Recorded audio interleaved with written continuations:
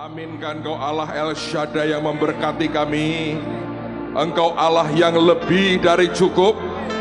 Engkau tidak memberkati kami dengan berhemat, tapi Engkau Tuhan memberkati kami berlimpah-limpah di dalam nama Tuhan Yesus. Dan sore hari ini bangun lagi iman kami untuk masuk dan menikmati semua berkat Tuhan di sepanjang tahun 2007 ini. Dan kami percaya roh hikmat, wahyu dan pengertian menguasai kami, mengendalikan kami, memberkati kami, membuat kami mengerti perkataanmu. Kami berikan segala kemuliaan bagi Kristus Yesus, karena semua asalnya daripadamu. Di dalam nama Tuhan Yesus, semua yang diberkati berkata amin. Berikan kemuliaan bagi Tuhan kita. Silakan duduk saudara. Mari kita buka firman Tuhan. Kalau Anda membawa Alkitab, mari buka firman Tuhan di Mazmur pasal yang ke-78. Kitab Mazmur 78. Saya akan baca mulai ayat yang ke-38 sampai dengan ayat yang ke-41. Ada rangkaian pernyataan firman yang indah sekali buat kita, dan saya berdoa akan mencelikkan mata rohani kita. Mazmur 78, perhatikan mulai ayat yang ke-38 sampai dengan ayat yang ke-41 dari Mazmur 78. Tetapi ia bersifat penyayang, ia mengampuni kesalahan mereka dan tidak memusnahkan mereka. Ini memang sifatnya Tuhan, saudara. Banyak kali ia menahan murkanya dan tidak membangkitkan segenap amarahnya. Jadi Anda harus mengerti bahwa dalam kita jalan dengan Tuhan, berkali-kali dia harus menahan akan amarahnya. Seringkali kita membuat dia marah dengan apa yang kita buat, tapi karena sifatnya penyayang. Tapi sekaligus sifat penyayang ini seringkali dimanfaatkan orang lain untuk berbuat semaunya. Kita bertindak seperti apa yang kita inginkan dan tidak lagi peduli dengan perasaan Tuhan. Tapi Alkitab berkata banyak kali ia menahan murkanya, kata firman Tuhan, dan tidak membangkitkan segenap amarahnya. Ia ingat bahwa mereka itu daging, angin yang berlalu yang tidak akan kembali. Tuhan ingat, akhirnya sadar ini cuma daging, ini manusia yang punya banyak kelemahan. Dia tahan murkanya, dia tahan amarahnya.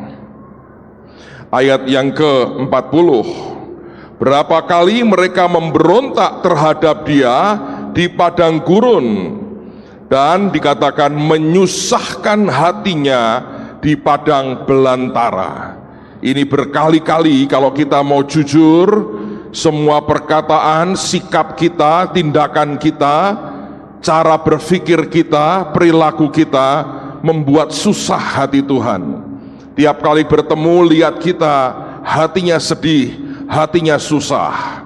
Tapi kalau sekedar hatinya susah melihat keadaan kita, masih tidak terlalu berbahaya. Tapi ada satu pernyataan lagi di ayat yang selanjutnya, dan ini harus diperhatikan. Karena firman berkata, berulang kali mereka mencobai Allah, dan dikatakan menyakiti hati yang kudus dari Israel. Kalau dia disusahkan hatinya, masih banyak yang dia bisa tahan. Tapi seringkali dalam kehidupan kita, sadar tidak sadar kita menyakiti hatinya. Dan waktu saya baca kalimat ini, saya bisa merasakan itu sebuah peningkatan keadaan yang berlaku dalam kehidupan orang percaya. Dari menyusahkan Tuhan sampai menyakiti hatinya. Lalu saya berdoa, Tuhan, apa artinya menyakiti hatimu? Apakah dengan perbuatan kita? Apakah dengan semua sifat dosa kita? Bukankah manusia ini penuh dengan dosa dan tidak ada orang yang sempurna? Dan saya berkata, kalau begitu, bukankah kami ini tiap saat menyakiti hatimu? Rupanya dia berkata, bukan itu yang dimaksudkan dengan menyakiti hatiku. Saya coba belajar, saya coba datang ke Tuhan. Saya menemukan sebuah terjemahan yang ajaib sekali. Kata menyakiti hati yang kudus dari Israel, dalam terjemahan lain digunakan kata limited the Holy One of Israel, membatasi yang kudus dari Israel. Orang yang membatasi Tuhan bekerja dalam hidupnya atau lewat hidupnya, orang itulah yang sebenarnya menyakiti hati Tuhan. Saya berkata, Tuhan, bagaimana bisa kalau orang membatasi Engkau bekerja, itu menyakiti hatimu? Dan Tuhan seperti memberikan gambaran. Maaf saudara ya, tidak ada tujuan apa-apa. Kalau Anda lihat ada orang-orang yang sakit stroke misalnya, usianya masih cukup muda, tapi dia kena stroke misalnya, keinginan otaknya masih banyak, keinginan hatinya masih banyak, tapi tubuhnya tidak bisa diperintahkan seperti keinginannya. Anda bisa bayangkan betapa frustrasinya orang seperti itu. Dia masih ingin berbuat banyak, dia masih mau memegang sesuatu, dia ingin peluk seseorang, dia ingin menjabat tangan orang, dia mau bekerja, dia mau pergi, dia mau ayunkan kakinya, dia mau berdiri. Tapi setiap kali otak memerintahkan, tubuhnya tidak pernah merespon seperti yang otak perintahkan. Dan Tuhan berkata, betapa seringnya di dalam hidup orang percaya hal itu yang terjadi. Aku sebagai kepala, kalian semua tubuhnya. Berapa kali setiap kali aku perintahkan sesuatu, aku bertindak sesuatu, orang-orang percaya tidak bergerak merespon Tuhan seperti yang Tuhan mau. Kita diam dan tidak merespon sama sekali apa yang Tuhan kita mau. Dan Tuhan berkata, itulah orang-orang yang menyakiti hatiku karena membatasi aku. Limited the Holy One of Israel, membatasi yang kudus dari Israel. Lalu saya berdoa lagi, Tuhan, kalau orang itu bisa membatasi Engkau, apa yang membuat orang itu bisa membatasi Engkau? Saya berkata, kalau Engkau tidak menunjukkan kepada kami apa yang paling dasar yang membuat orang sampai akhirnya bisa membatasi Tuhan dengan apa yang Tuhan mau, kan kami tidak bisa memperbaiki hidup kami. Dan Tuhan tunjukkan ke saya ada dua hal yang Anda harus perhatikan, dan dua hal inilah yang seringkali terjadi yang membuat kita sadar tidak sadar membatasi Tuhan kerja di dalam hidup kita dan lewat kehidupan kita. Yang pertama, Tuhan berkata itu mentalitas kita, dan ini mengerikan sekali. Coba buka Lukas pasal yang ke-15. Injil Lukas pasal yang ke-15. Saya baca mulai ayat 11 sampai 13. Nanti kita lompat beberapa ayat. Di rumah tolong Anda baca seluruhnya. Ini cerita yang sangat populer, dan saking populernya, saking kita hafal, kita berpikir ini hanya cerita tentang pertobatan. Padahal di dalamnya ada kekayaan rohani yang ajaib sekali. Saya mau tunjukkan akan dua mentalitas yang berbeda.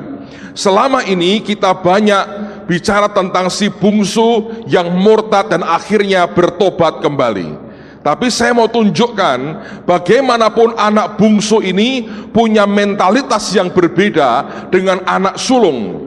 Mentalitas yang berbeda itu mempengaruhi keberadaan kita dan kenyataan hidup kita sehari-hari. Dan ternyata itulah yang membatasi kita, membatasi Tuhan. Coba lihat Lukas 15 ayat yang ke-11. Yesus berkata lagi, ada seorang mempunyai dua anak laki-laki. Kata yang bungsu kepada ayahnya, perhatikan perkataan bungsu ini, Bapa, berikanlah kepadaku bagian harta milik siapa, saudara? Milikmu atau milik kita? Garis bawahi kata kita itu. Yang menjadi hakku. Bungsu berkata, ini kekayaan milik kita loh, tapi aku punya hak sebagian. Alkitab berkata, lalu ayahnya membagi-bagikan harta kekayaan itu di antara mereka. Saudara sekalian, perhatikan baik-baik. Ini orang bagaimanapun memang akhirnya dia habiskan kekayaan itu. Dia habiskan, dia hambur-hamburkan, ludes dan dia melarat.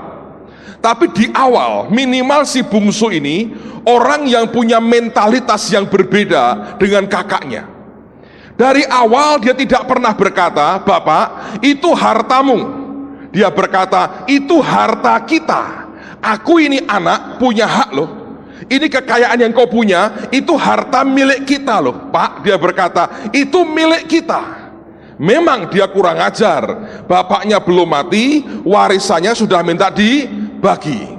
Tapi saya mau berkata, bagaimanapun si bungsu itu punya mentalitas seorang anak raja.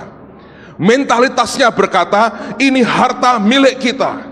Ini bukan hanya hartanya bapak, ini harta milik kita. Dan dia berkata, aku minta bagianku. Lalu Alkitab berkata, bapak memberikan gak saudara? Diberikan. Banyak orang berpikir kalau Anda bapak zaman sekarang, saudara punya orang tua, punya anak seperti itu, Anda akan berikan tidak kalau anakmu minta warisan seperti itu. Normalnya kita akan maki-maki dia, berkata kamu ini kurang ajar lah, tidak tahu diuntung segala macam. Tapi ini bapak aneh banget. Alkitab berkata, lalu dia membagi-bagikan di antara mereka. Berarti sulung dapat bagian nggak saudara? Hah? Dapat kan? Kalau dibagi di antara mereka, anaknya cuma 2, yang bungsu mendapat bagiannya, sulung dapat bagiannya. Tapi perhatikan ini perbedaannya. Kalau Anda baca seterusnya, dia melarat, dia balik ke bapaknya, dia merendah kepada bapaknya. Beda lagi, mentalnya mental seorang anak raja, hatinya diubah Tuhan jadi hati hamba, kemudian dipulihkan bapaknya sebagai ahli waris lagi. Tapi lihat reaksi dari si sulung. Lihat dalam Injil Lukas yang sama, ayat yang ke-25. Ayat 25. Tetapi anaknya yang sulung berada di ladang, dan ketika ia pulang dan dekat rumah, ia mendengar bunyi seruling dan nyanyian tari-tarian. Yang ajaib, yang aneh, kenapa sulung tidak diundang oleh bapaknya? Menurut saya, karena mentalitasnya, dia telah menempatkan dirinya sejajar dengan budak-budak ayahnya. Sehingga hubungannya dengan ayahnya betul-betul hubungan budak dengan tuan. Dan itu yang membuat bapaknya tidak mengundang dia. Ayat berikutnya. Lalu ia memanggil salah seorang hamba dan bertanya kepadanya, apa arti semuanya itu? Jawab hamba itu, adikmu telah kembali dan ayahmu telah menyembelih anak lembu tambun, karena ia mendapatnya kembali dengan sehat. Maka marahlah anak sulung itu dan ia tidak mau masuk. Lalu ayahnya keluar dan berbicara dengan dia. Tetapi ia menjawab ayahnya, katanya, perhatikan jawaban daripada anak ini.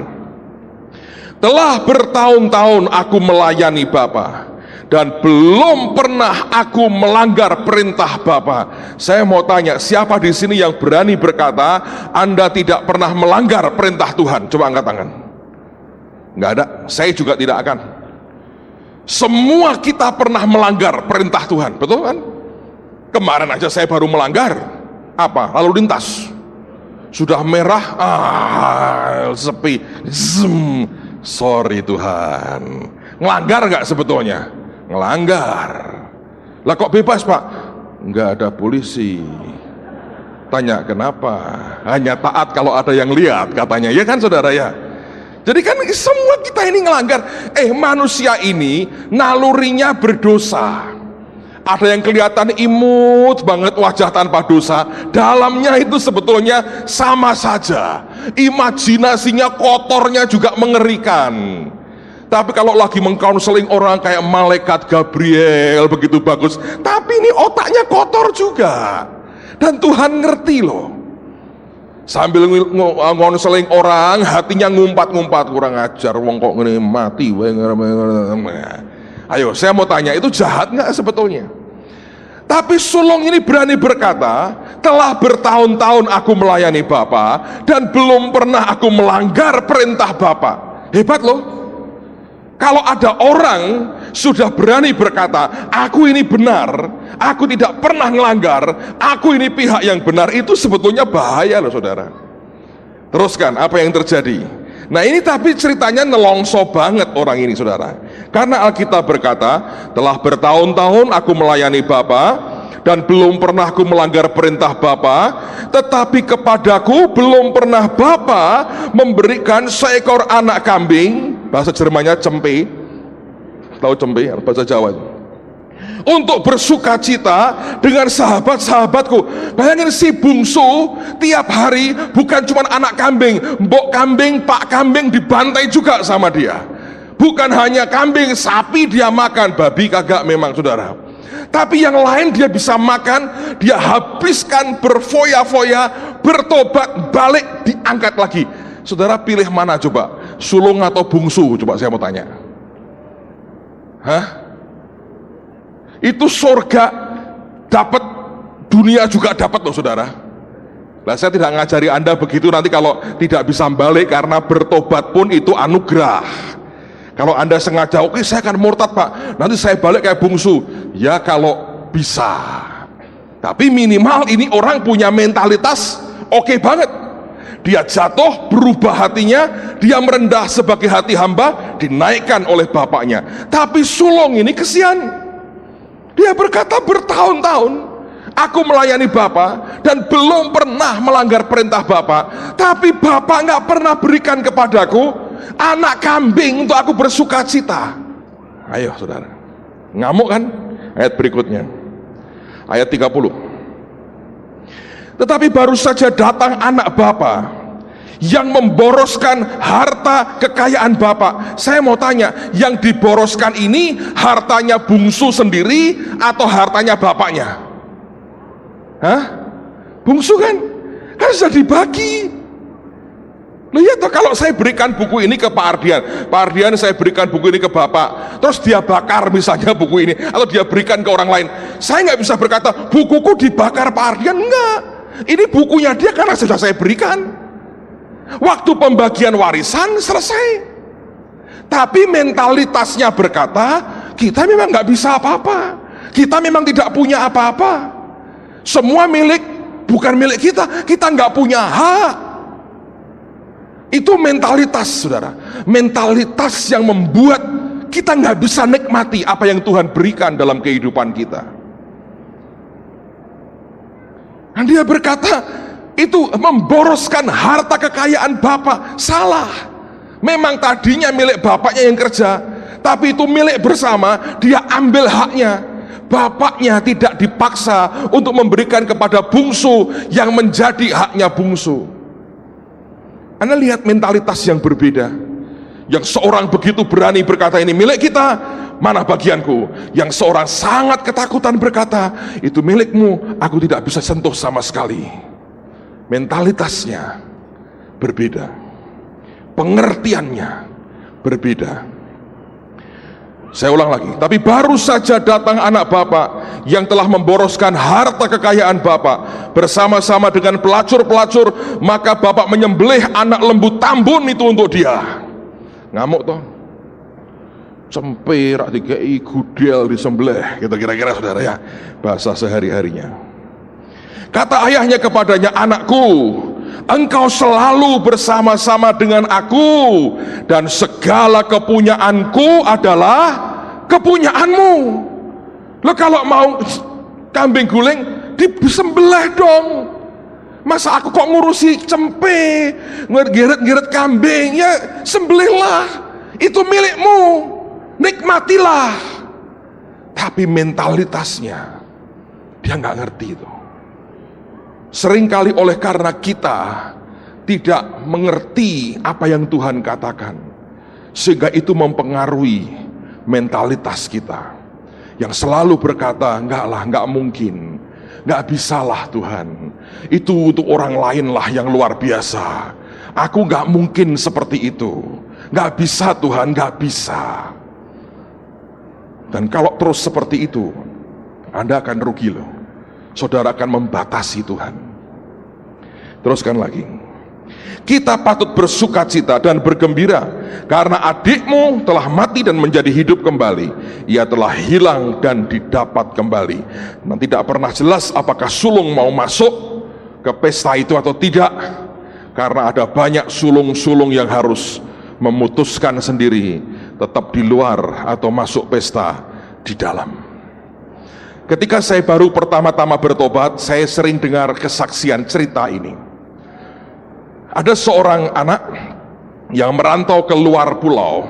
Ibunya tinggal di desa, dan si anak ketika di luar pulau dia jadi seorang pejabat. Lalu kemudian si anak telepon kepada ibunya. Ibunya ini buta huruf sih. Dia berkata, "Ibu, tolong ibu nyusul aku ke sini. Aku sudah enak, aku pengen ibu lihat akan hidupku." Lalu kemudian ibunya berkata, "Baik.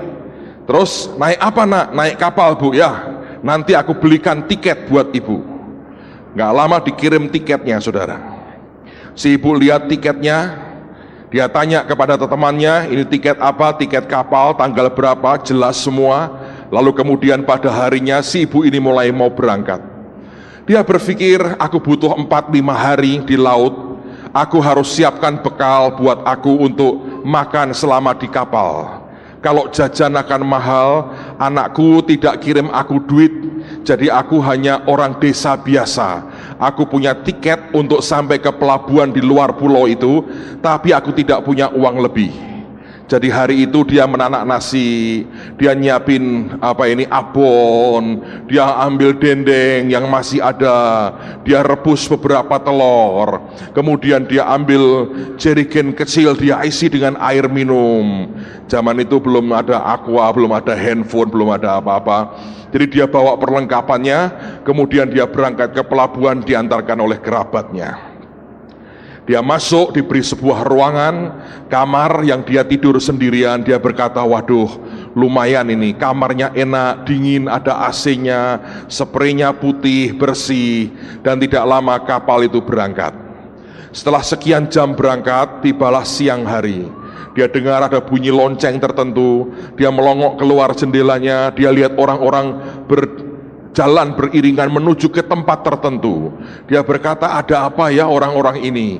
Dia keluar, dia ikut jalan, ikut nengok ke sana.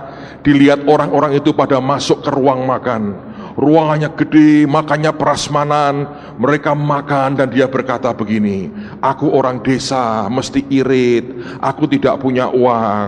Orang-orang kota itu boros ya, mbok yao bawa bekal, bawa sangu, Indomie atau apa gitu. Kok restoran itu kan mahal katanya. Lalu kemudian dia balik ke kamarnya. Sementara orang lagi pesta, makan, minum, dia keluarkan nasinya, dia keluarkan abonnya. Dia berkata, enggak apa-apa, nanti sebentar lagi ketemu anakku, dia makan sama abon, serten, dia minum airnya, saudara. Sore berjalan berlalu, malam kemudian tiba, bunyi bel yang sama terdengar. Dia keluar lihat lagi, orang berbondong-bondong lagi. Dia ngintip lagi, orang-orang yang sama masuk ke restoran yang sama. Mereka senyum, mereka tertawa, mereka minum Coca-Cola, mereka makan es krim, mereka buahnya berlimpah-limpah. Mereka lihat, dia lihat berkata, waduh pasti mahal dah. Dia berkata, aku mesti prihatin, mesti prihatin. Dia berkata, dia ngelus dodone, dia berkata, enggak apa-apa, orang desa rendah hati, tetap kita harus prihatin. Dia masuk ke kamar, nasinya masih ada, dia makan dengan abonnya lagi. Hari berikutnya pagi-pagi perutnya lapar. Bel berbunyi lagi.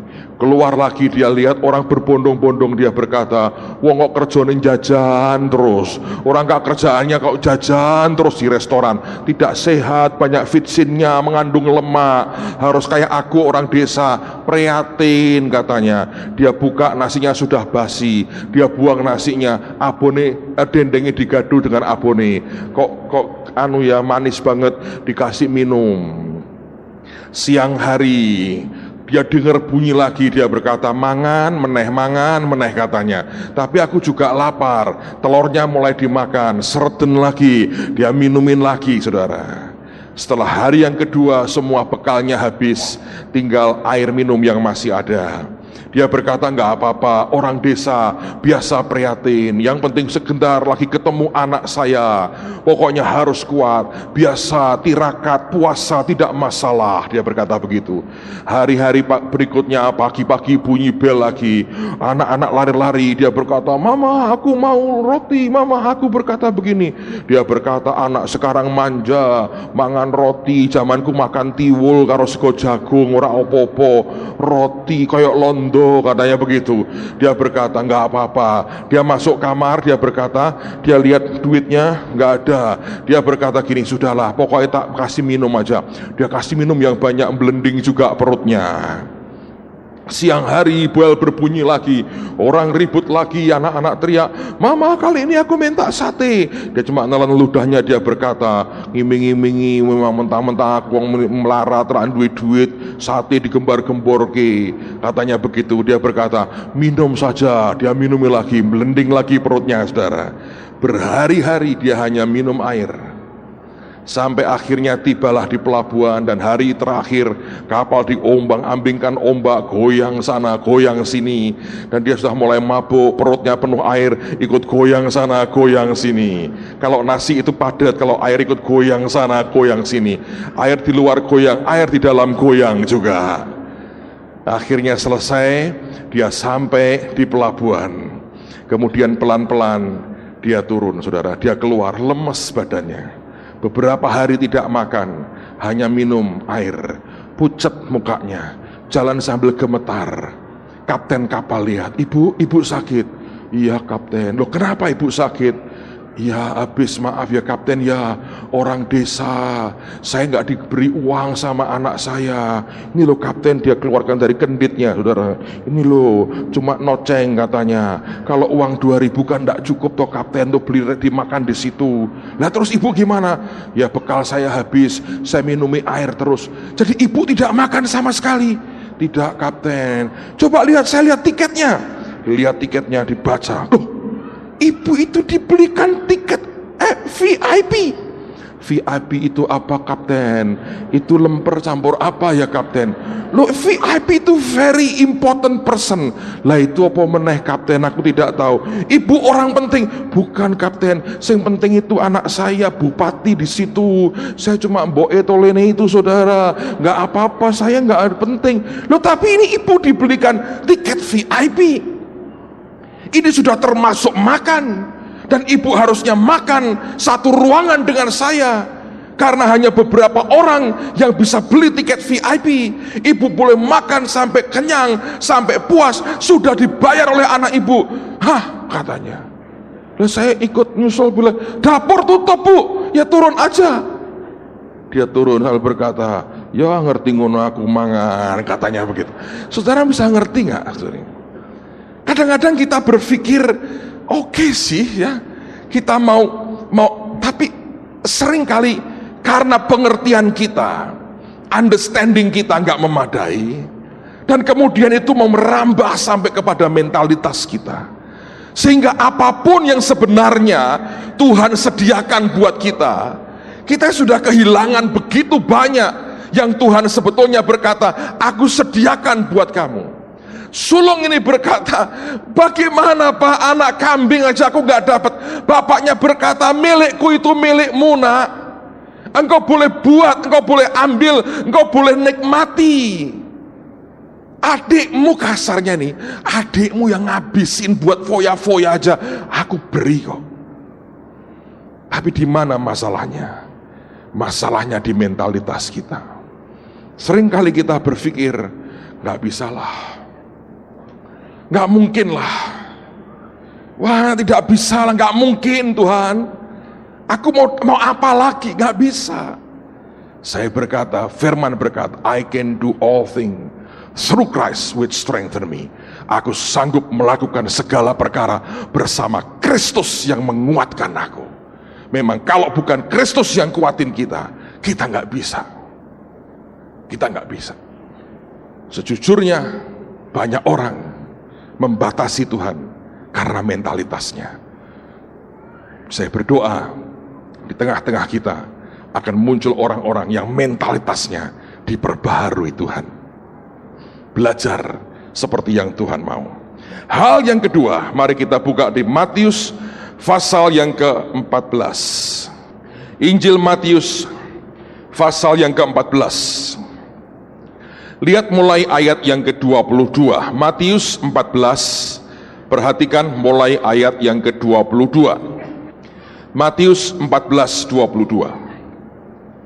Sesudah itu Yesus segera memerintahkan murid-muridnya naik ke perahu dan mendahuluinya ke seberang. Anda harus ingat loh, Yesus yang perintahkan. Ini bukan maunya para murid. Itu Yesus yang perintahkan para murid mendahului dia, naik ke perahu mendahului dia. Nah, banyak orang berpikir kalau Tuhan yang perintahkan, jalan kita akan smooth, akan lancar, akan normal, tidak ada gangguan, tidak ada masalah. Saya beritahu tidak begitu. Kemarin saya ingat waktu kami masih kuliah, zaman awal-awal bertobat, kita punya namanya band Sangkakala. Ada Bu Eli, Pak Ardian, Bu Ripka. Saya nggak pernah nyanyi sih saudara. Saya ngikuti mereka, seringkali saya jadi orang yang memberikan komentar-komentar. Dulu kami suka sekali diundang ke orang kawin, Tuhan Yesus. Kerjanya datang ke pesta orang kawin, nyanyi. Saya memberikan komentar. Dan saya ini dulu penginjil. Jadi kalau saya komentar, memang kita nyanyi itu bukan menghibur mempelai, saudara. Kita penginjilan. Pernah sekali kita diundang di kota Kendal. Itu tentara segala macam di situ. Pokoknya seru lah. Dulu kita begitulah saudara ya, sering ke orang kawin. Pokoknya pengalaman cukup banyak lah saya. Saya termasuk orang yang pernah ikut manggung dengan anak-anak band ini. Jadi dulu tidak pernah nyanyi, saya juga nyanyi pun dengan tidak pernah. Saya nyanyi ajak mereka nyanyi bareng-bareng haleluya 12 kali, itu kebiasaan saya. Nah, saya masih ingat ada satu lagu yang dinyanyikan oleh teman kita. Dia selalu nyanyi lagu, Tuhan tak menjanjikan laut kan selalu tenang, tapi dia janjikan apa, pelabuhan yang aman atau apa gitu. Itu lagunya oke banget. Memang betul sih. Tuhan tidak pernah menjanjikan laut yang selalu tenang. Walaupun dia yang merintahkan. Walaupun dia berkata, kamu ke seberang, kamu dahului aku. Tuhan yang perintah kok. Mereka ikut loh, mereka ikut. Lihat apa yang terjadi waktu mereka mengikuti perintah Tuhan. Saya ulang, sesudah itu Yesus segera memerintahkan murid-muridnya naik ke perahu dan mendahuluinya ke seberang. Sementara itu ia menyuruh orang banyak pulang. Dan setelah orang banyak itu disuruhnya pulang, Yesus naik ke atas bukit untuk berdoa seorang diri. Ketika hari sudah malam, ia sendirian di situ. Perahu murid-muridnya sudah beberapa mil jauhnya dari pantai, perhatikan, dan diombang-ambingkan gelombang karena angin sakal. Orang yang diombang-ambingkan itu tidak pernah bergerak ke arah tujuan, hanya maju mundur, goyang aja. Diombang-ambingkan itu tidak kemana-mana sebetulnya. Itu hanya goyang kanan, goyang kiri, diombang-ambingkan. Lalu orang berkata, loh katanya Tuhan perintahkan kami mendahului dia. Katanya Tuhan yang berkata, kenapa kenyataannya kami kena angin sakal dan kami diombang-ambingkan seperti ini? Saya berkata, saya harus sampaikan ini, karena kalau tidak banyak orang salah mengerti, akhirnya kecewa dengan Tuhan karena berkata, kalau Tuhan perintahkan pasti semuanya akan beres dengan sendirinya tanpa peperangan. Saya pikir tanah Kanaan itu bukan hanya diambil dengan tanpa perang, itu direbut tiap jengkalnya dengan pertempuran demi pertempuran, dan memang Tuhan memberikan kemenangan, saudara. Jadi ini yang terjadi, mereka diombang-ambingkan oleh angin sakal, mereka Tidak pernah bergerak lebih jauh dari itu, hanya diombang-ambingkan oleh karena angin sakal. Lihat ayat berikutnya. Kira-kira jam 3 malam, datanglah Yesus kepada mereka berjalan di atas air. Bayangin ya, jam 3 ada sosok datang jalan di atas air. Ketika murid-muridnya melihat dia berjalan di atas air, mereka terkejut dan berseru, "Itu hantu!" Lalu berteriak-teriak karena takut. Bisa banget orang salah ngerti. Bisa banget ketika Tuhan menghampiri kita. Bisa banget ketika Tuhan datang dalam kehidupan kita, kita berteriak itu hantu. Kita berkata kami diombang-ambingkan, ini angin sakal, keadaan begitu buruk, ada penampakan begini, langsung orang berkata itu hantu. Dan itu manusia sekali. Reaksinya selalu seperti itu. Dan itu yang sebetulnya berbahaya. Tuhan diundang hantu. Nanti kalau hantu dikira Tuhan, saudara. Oke, teruskan apa yang terjadi. Tetapi segera Yesus berkata kepada mereka, "Tenanglah, aku ini, jangan takut." 28, ini ajaib sekali. Lalu Petrus berseru dan menjawab dia, "Tuhan, apabila engkau itu, suruhlah aku datang kepadamu berjalan di atas air." Kata Yesus, "Datanglah." Maka Petrus turun dari perahu dan berjalan di atas air mendapatkan Yesus. Ketika dirasanya tiupan angin, takutlah ia dan mulai tenggelam dan berteriak, "Tuhan, tolonglah aku." Segera Yesus mengulurkan tangannya, memegang dia dan berkata, "Hai orang yang kurang percaya, mengapa engkau bimbang?" Lalu mereka naik ke perahu dan angin pun redalah. Dan orang-orang yang ada di perahu menyembah dia, katanya, "Sesungguhnya engkau anak Allah." Saya mau tanya, Petrus itu kenyataannya sempat jalan di atas air atau enggak? Jalan, saudara, ya. Ini gini, banyak hamba Tuhan khotbah, "Mengapa Petrus sampai tenggelam?" Kalau dengar begitu ya wajarlah, yaitu karena berat jenisnya lebih daripada air. Ya siapapun gak usah Petrus, kecuali kuasa Tuhan bekerja pasti tenggelam. Lihat ya, orang itu selalu lihat dari sisi negatifnya. Orang tidak pernah menghargai sisi positifnya. Petrus ini orang yang berhasil memecahkan kebuntuan. Mereka terombang-ambing. Lalu kemudian mereka teriak, "Itu hantu, hantu, hantu, hantu." Selama dibiarkan terombang-ambing dan honta-hantu, saudara, kasarnya ya, teriak hantu, hantu, hantu. Dia bingung lihat ini orang kok honta-hantu.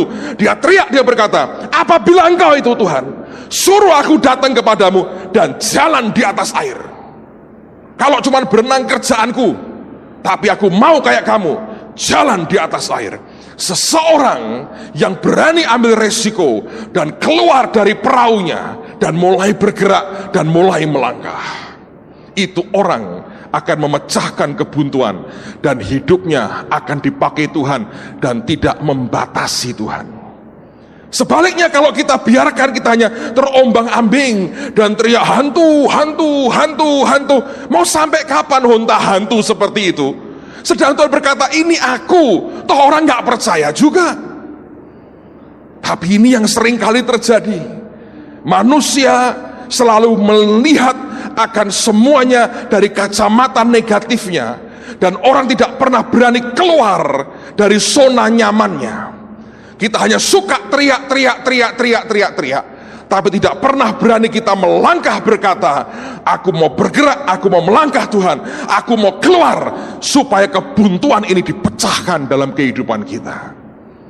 Belajar, saudara, jadi orang-orang yang berani ambil resiko di dalam Tuhan. Kalau saudara hanya orang yang selalu ingin dalam zona nyaman dalam hidupmu, engkau tidak akan pernah bisa bergerak kemana-mana. Sekitar saudara dan saya tidak akan pernah memberikan dukungan secara manusia.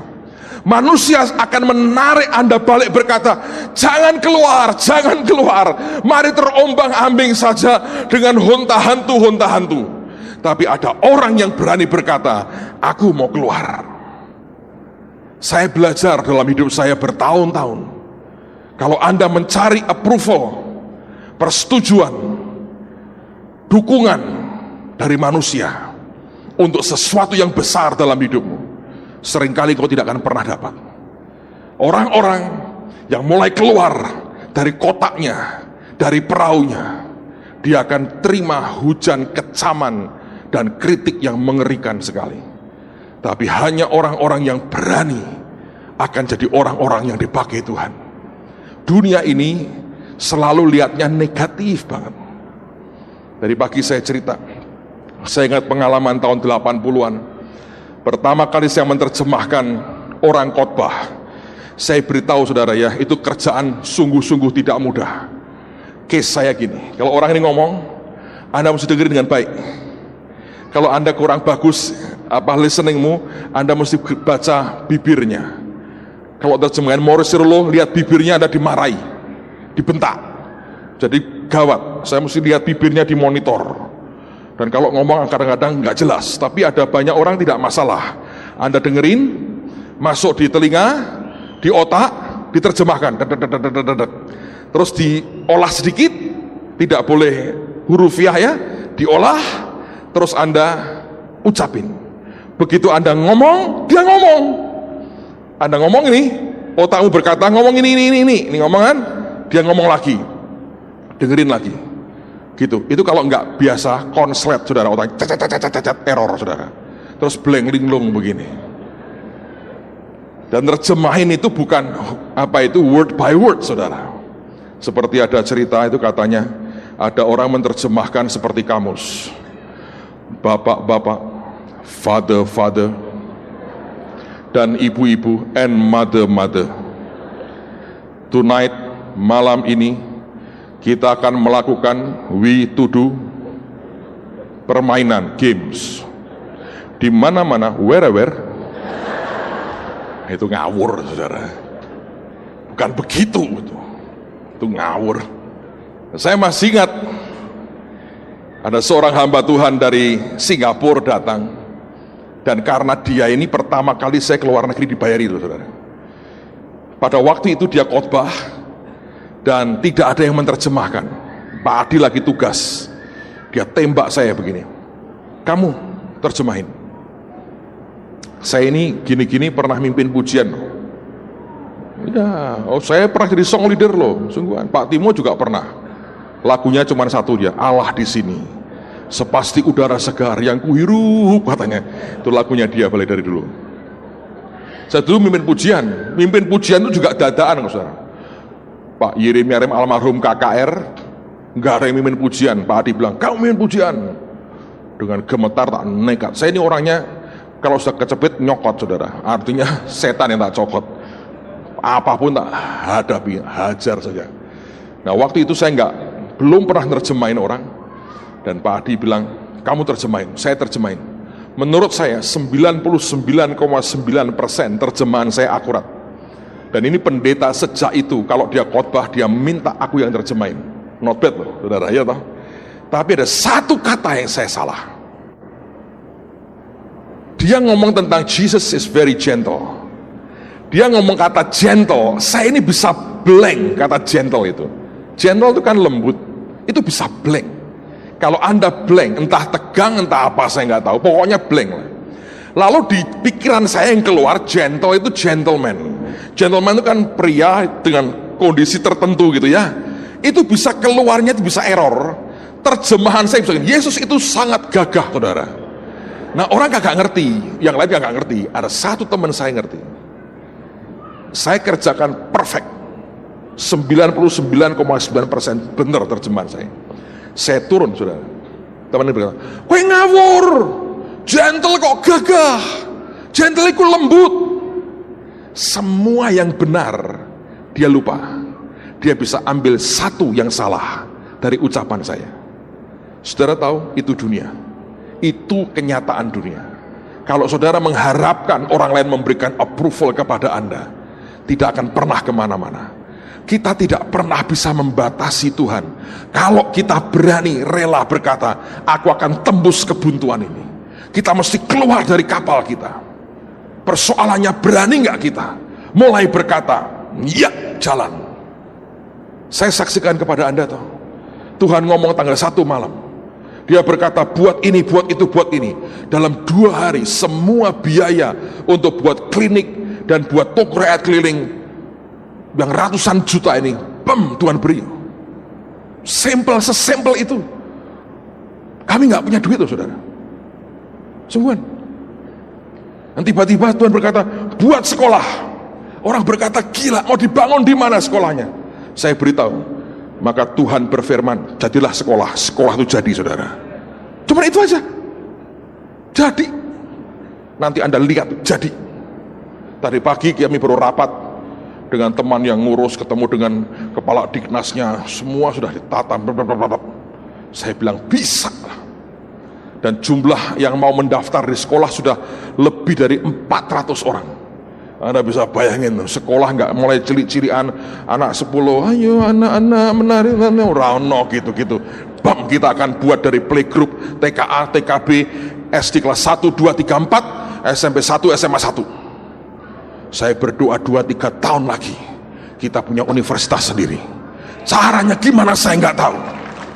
Caranya nggak tahu. Bisa nggak? Bisa. Dan saya beritahu, saya ngomong berkali-kali minggu lalu, jemaat tidak usah membayar uang gedung. Itu kayak momok buat banyak keluarga. Utang sana, utang sini untuk nyekolah anaknya. Kenapa Pak nggak usah bayar? Yesus pernah ditagih derma bait Allah. 2 peser. Dia tanya sama Petrus, terus katanya, raja itu majeki orang asing atau rakyatnya?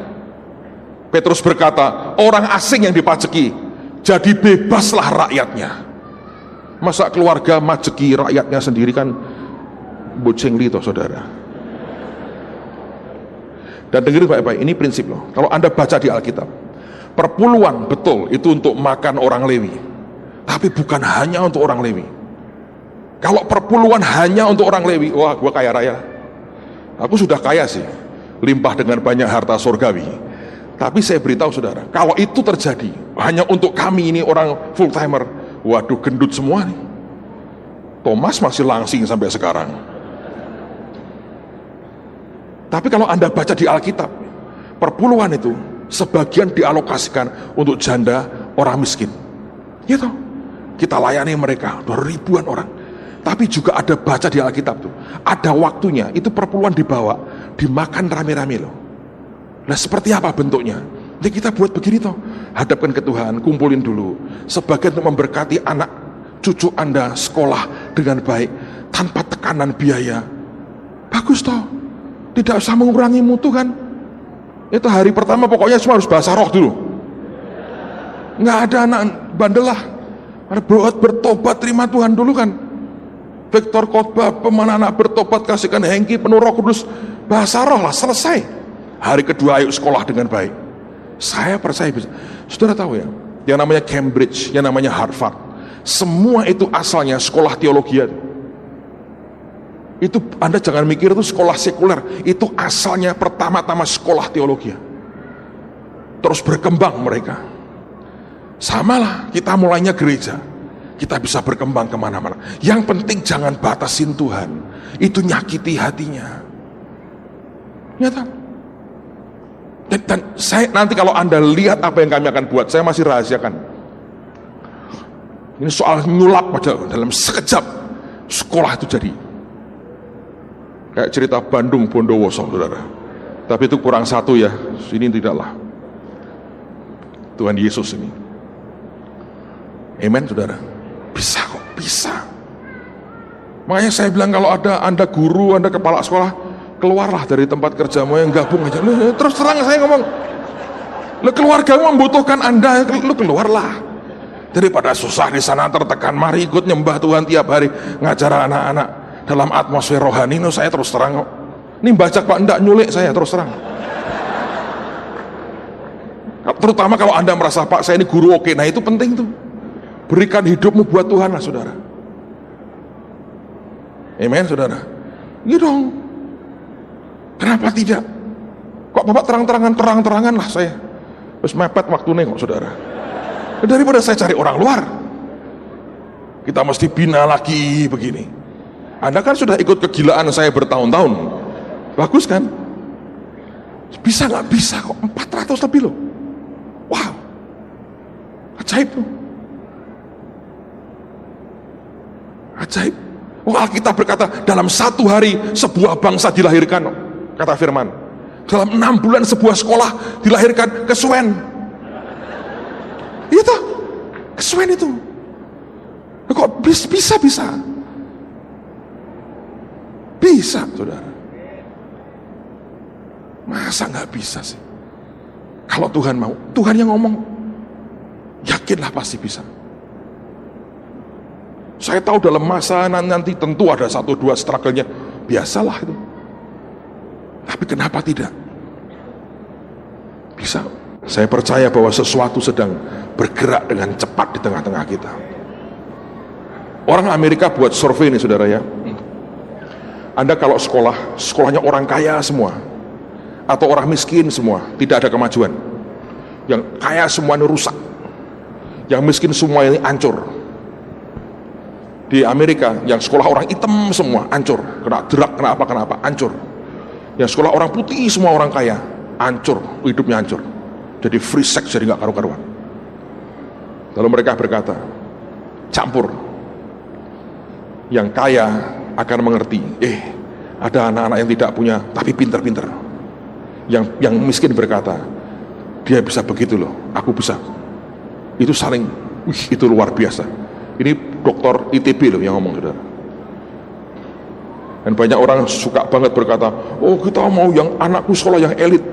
Ini Indonesia pernah buat sekolah elit. Tahun pertama yang datang pakai piyama bawa guling. Bapaknya bayar mahal sekali, datang sekolah pakai piyama bawa guling, tidur. Gurunya, dosennya nggak dianggap. Dan dia berkata, bapak gua sudah bayar mahal, tidur. Yang buatin tugas gurunya. Apa itu bagus, saudara? Sedih saya.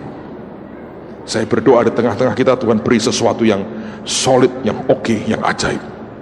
Bisa nggak, saudara? Bisa. Jangan batasi Tuhan dong, saudara. Jangan batasi Tuhan.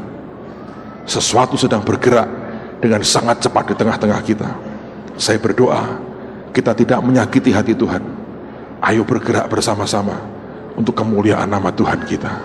Tutup Alkitab, saudara. Haleluya.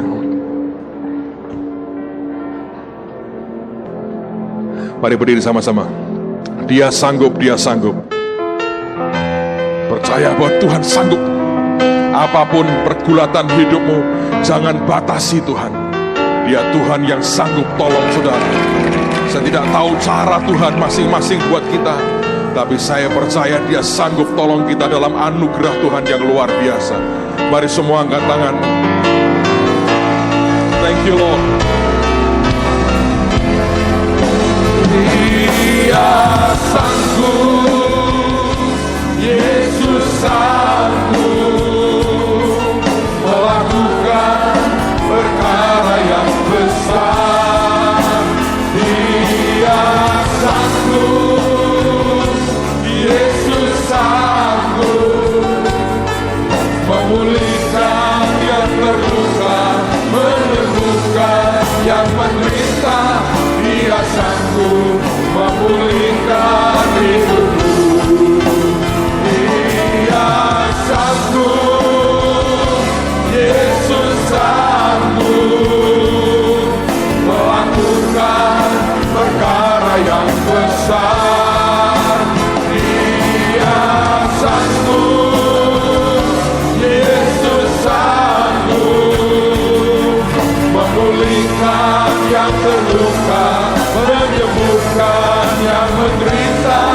Dia sanggup memulihkan. Katakan lagi, dia sanggup. Dia sanggup, Yesus sanggup melakukan perkara yang besar. Dia sanggup, Yesus sanggup memulihkan yang terluka, menyembuhkan yang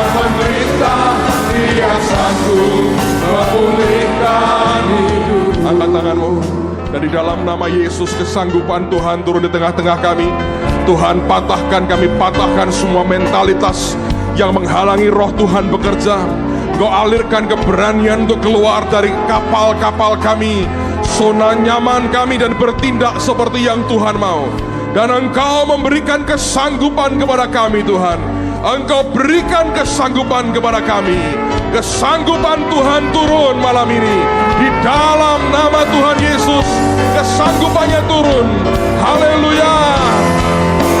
Dia sanggup, Yesus sanggup melakukan perkara yang besar.